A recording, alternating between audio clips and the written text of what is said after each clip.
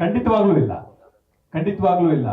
ಇದು ಇಡೀ ಕಥೆನ ಪ್ರಜ್ವಲ್ ಅವರ ಕಣ್ಣಿಗೆ ಕಟ್ಟುವ ಹಾಗೆ ನರೇಟ್ ಮಾಡಿದೀನಿ. ಪ್ರತಿಯೊಂದು ಸಿನಿಮಾದಲ್ಲಿರುವ ಎಲ್ಲ ಎಲಿಮೆಂಟ್ಗಳು ಅವ್ರಿಗೆ ಏನೇನಾಗುತ್ತೆ ಅಂತ ಕ್ಲಾರಿಟಿ ಇದೆ.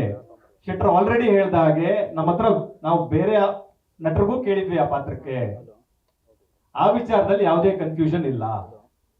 ಸರ್ ಇಲ್ಲಿ ಸರ್ ಈಚೆ ಸೈಡ್ ಕಳೆದ ಸರ್ ಒಬ್ಬೊಬ್ಬರೇ ಪ್ರಶ್ನೆ ಸರ್ ಒಬ್ಬೊಬ್ಬರೇ ಕೇಳಿ.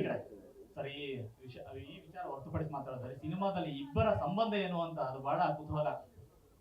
ಸಿನಿಮಾ ಕಡೆ ಬಂದ ಅದು ಸಿನಿಮಾದಲ್ಲಿ ನೋಡಿದ್ರೆ ಬಹಳ ಚೆನ್ನಾಗಿರುತ್ತೆ ಅಂತ ಒಂದು ಅದ್ರದ್ದು ಒಂದು ಆಂಗಲ್. ಸೊ ಹಾಗಾಗಿ ಅದು ಆ ಪ್ರಶ್ನೆನ ಸಿನಿಮಾ ನೋಡೋವರೆಗೂ ಹಾಗೆ ಇಟ್ಕೊಳ್ಳೋಣ ಅಂತ.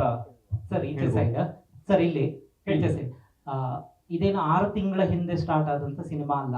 ಖಂಡಿತ ಕಳೆದ 2 ವರ್ಷದಿಂದ ನೀವು ಇಡೀ ತಂಡದ ಜೊತೆಗೆ ಪಯಣ ಮಾಡ್ತಾ ಇದ್ದೀರಿ. ಹೌದು. ಮೂಲದಲ್ಲಿ ಒಂದಿಷ್ಟು ಒಪ್ಪಂದಗಳು ಹಾಕೊಂಡಿರ್ತವೆ, ಯಾರು ಡಬ್ಬಿಂಗ್ ಮಾಡಬೇಕು, ಯಾರೆಲ್ಲ ಇರ್ತಾರೆ ಅನ್ನೋದು ಒಂದಿಷ್ಟು ಮಾತುಕತೆಗಳು ಆಗಿರ್ತವೆ. ಆವಾಗ ಇರದ ಸಮಸ್ಯೆಗಳು ಈಗ ಉದ್ಭವ ಆಗ್ತಾ ಇದ್ದಾವೆ.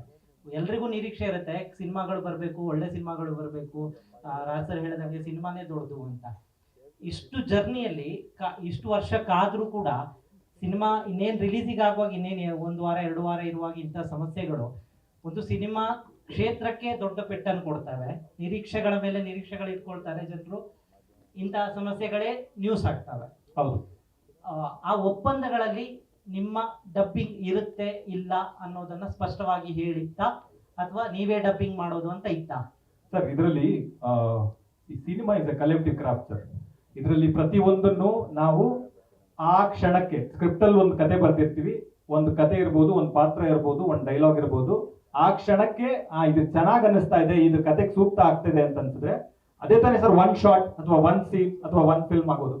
ಸೊ ಹಾಗಾಗಿ ಈ ಒಪ್ಪಂದಗಳು ಏನಿತ್ತು ಇದೆಲ್ಲವೂ ಮ್ಯೂಚುವಲ್ ಅಂಡರ್ಸ್ಟ್ಯಾಂಡಿಂಗ್ ಅಂತ ಕರಿತೀವಿ ಸರ್. ಎಲ್ಲದಕ್ಕೂ ಸರ್ ಸಮಸ್ಯೆ ಇರಬಹುದು, ಸಮಸ್ಯೆ ಕೂತು ಪರಿಹರಿಸಿಕೊಳ್ಳೋದಕ್ಕೆ ಒಂದು ಜಾಗ ಇರುತ್ತೆ, ಅದಕ್ಕೆ ವ್ಯಕ್ತಿಗಳಿರ್ತಾರೆ. ಅವರು ಸಮ್ಮುಖದಲ್ಲಿ ಕೂತ್ಕೊಂಡು ಮಾತಾಡಿದ್ರೆ ಯಾವ ಸಮಸ್ಯೆನೂ ಇರಲ್ಲ ಸರ್. ಸೊ ಹಾಗಾಗಿ ಇದು ಏನೇ ಇದ್ದಿದ್ರು ಕೂತು ಮಾತಾಡಬಹುದಾಗಿತ್ತು ಅಂತ ಅನ್ನೋದು ಒಬ್ಬ ನಿರ್ಮಾಪಕನಾಗಿ ಒಬ್ಬ ನಿರ್ದೇಶಕನಾಗಿ ನನ್ನ ಒಪಿನಿಯನ್ ಸರ್. ಇದು ಶಿವಣ್ಣ ಅವರು ಫಸ್ಟ್ ಇದು ಮಾಡ್ಬೇಕಿತ್ತು ಅಂತ ಒಂದು ಸ್ಕ್ರಿಪ್ಟ್ ಎಲ್ಲ ಆಗಿತ್ತು. ಅವರು ಮಾಡ್ಬೇಕಾಗಿದ್ದು ಸ್ಕ್ರಿಪ್ಟಿಗೂ ಈ ಸ್ಕ್ರಿಪ್ಟಿಗೂ ಎಷ್ಟು ಬದಲಾವಣೆ ಮಾಡ್ಕೊಂಡಿದ್ದೀರಾ? ಮತ್ತೆ ಈ ಕೌಮಿಯರಲ್ಲೂ ಮೊದಲು ಇತ್ತ ಅಥವಾ ಇರ್ಲಿಲ್ವಾ ಸರ್? ಇದು ಆ ಕತೆ ಏನಿದೆ, ಚಂದ್ರಶೇಖರ್ ಬಂಡಿಯಪ್ಪ ಅವ್ರ ಕತೆ ಏನಿದೆ, ಅದರ ಆ ಕತೆ ಒಂದು 20% ಅಂದ್ರೆ ಇದು ಒಂದು 80% ಚೇಂಜ್ ಆಗಿರುವ ಒಂದು ಕತೆ. ಅದು ಐಡಿಯಾ ಆಗಿ ಮಾತ್ರ ಉಳ್ಕೊಂಡಿದೆ. ಹಾಗಾಗಿ ಅದರಲ್ಲಿರುವ ಪಾತ್ರಗಳಿರ್ಬೋದು, ಅದರಲ್ಲಿರುವ ಸ್ಕ್ರೀನ್ ಪ್ಲೇ ಇರ್ಬೋದು, ಡೈಲಾಗ್ ಇರ್ಬೋದು, ಅದೆಲ್ಲವೂ ಬದಲಾಗಿದೆ. ಸೊ ಹಾಗಾಗಿ ಆ ಕತೆಗೂ ಈ ಕತೆಗೂ ಕಂಪೇರ್ ಮಾಡೋದು ಇಟ್ ಇಸ್ ನಾಟ್ ರೈಟ್ ಅಂತ ನನ್ನ ಒಪಿನಿಯನ್ ಸರ್. ಗುರು ಅವರೇ ಹೇಳಿ ಈ ಕಡೆ ಈ ಶೂಟಿಂಗ್ ಟೈಮ್ ಅಲ್ಲಿ ಏನಾದರೂ ಭಿನ್ನಾಭಿಪ್ರಾಯ ಮೂಡಿತಾ ಅಥವಾ ಶೂಟಿಂಗ್ ಆದ್ಮೇಲೆ ಈ ರೀತಿಯಾದಂತ ಸಮಸ್ಯೆ? ಇಲ್ಲ, ಶೂಟಿಂಗ್ ಅಲ್ಲಿ ಯಾವುದೇ ಭಿನ್ನಾಭಿಪ್ರಾಯ ಇರಲಿಲ್ಲ. ಈಸ್ ವೆರಿ ಕೋಆಪರೇಟಿವ್, ಈ ಕೋಆಪರೇಟೆಡ್.